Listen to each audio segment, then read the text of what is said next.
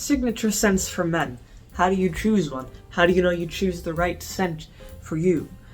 There are a few ways to choose a good signature scent, and it's important to know the signature scent is kind of an old term when people used to have literally only one scent that they would wear to kind of portray themselves.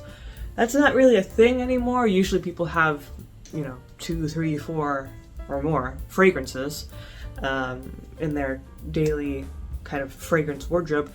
But if you want to get some main scents and you don't really know where to start, I have some tips.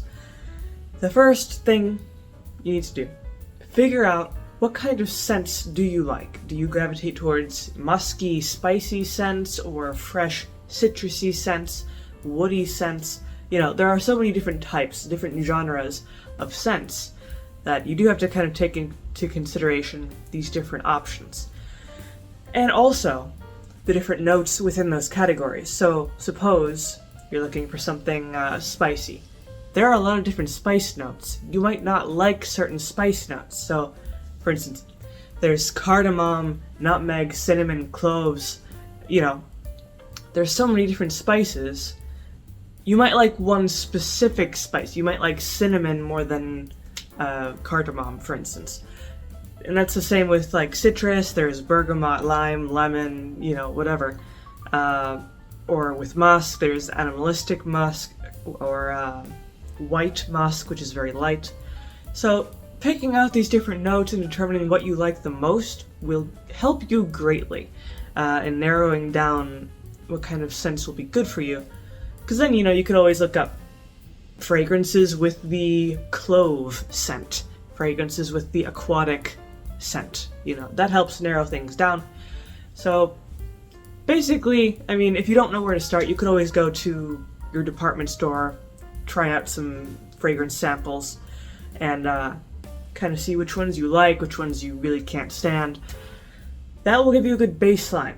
You like the musky fragrances, you like the citrus fragrances, whatever. Then, once you know what you like, then you have to go into the types of fragrances. So, there's clones, like splash clones, there's eau de parfum, eau de toilette, and things like that. So these are basically just different concentrations. There's a confusing point with men's fragrances. A lot of people will refer to men's fragrances as clones, and sometimes the word clone will even be on the bottle, but that's not necessarily meaning that it is a clone.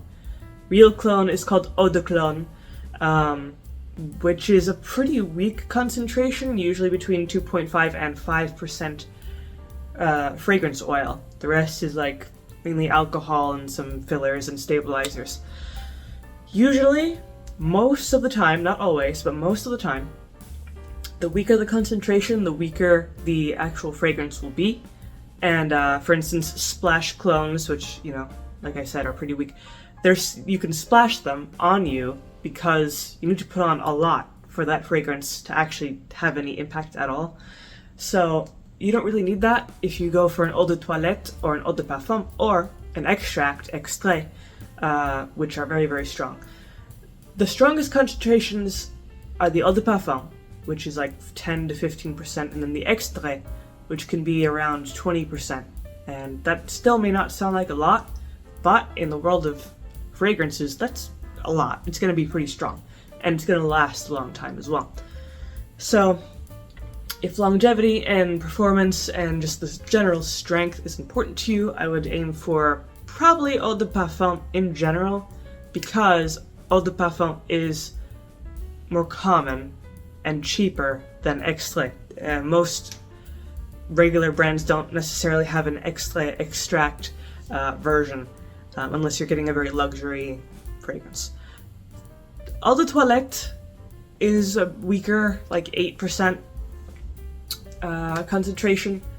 It can still be pretty strong though. It really depends on the notes, because notes like musk, wood notes, very heavy notes, those are naturally going to last longer even if the fragrance is a weaker concentration. Versus, you could have a very strong extract, 20% perfume oil. but if the fragrance has very light citrus or linen or floral notes, it's still going to be a relatively weaker perfume, or weaker fragrance. So it's a blend between the concentration and the notes themselves that kind of determine the strength. Then, besides the strength, and of course, the notes themselves, you do have to think about, for your signature fragrance, what kind of aura do you want to give off? In the past, when people used to really be serious about one signature scent, they would be very particular about what kind of mood or again, aura they want to give off, because some fragrances are very light, kind of playful, casual. Others are more serious, formal, clean, refined. Others are maybe more smoky, mysterious.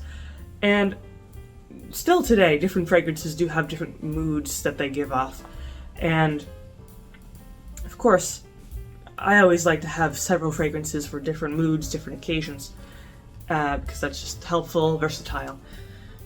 And I recommend a minimum of 3 fragrances. You could get away with 2, but 3 is a good baseline.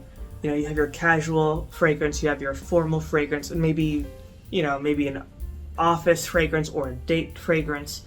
So, you could experiment with what the needs that you want from your fragrance. And it is important to think about, how do you want to feel, how do you want to project yourself when wearing a certain fragrance? Because obviously, if you're in a very positive mood, you don't want to wear something very heavy or too intense. Maybe you want to wear something lighter, more happy, that sort of thing. And there are so many variations and degrees of fragrances in terms of kind of your mood and psychology and how you want to portray yourself. You could go on forever because there are just so many options, but of course, most people start with the most popular ones and then kind of branch out from there. But in general, if you kind of take all of these things into consideration, you won't have too hard of a time finding a good signature scent or several signature scents. It might take some trial and error, but after some time, you should find what you're looking for. And then it'll just be easy. You could just pick your scent off the shelf, wear that for the day, and you don't have to think about it. It's over. You can go on with your day. But that's pretty much what I have to say about choosing a signature scent. If you have any opinions about this, you can always leave those down in the comment section below. If you liked the video, leave a like, maybe subscribe, and I make videos throughout the week, so stick around for those.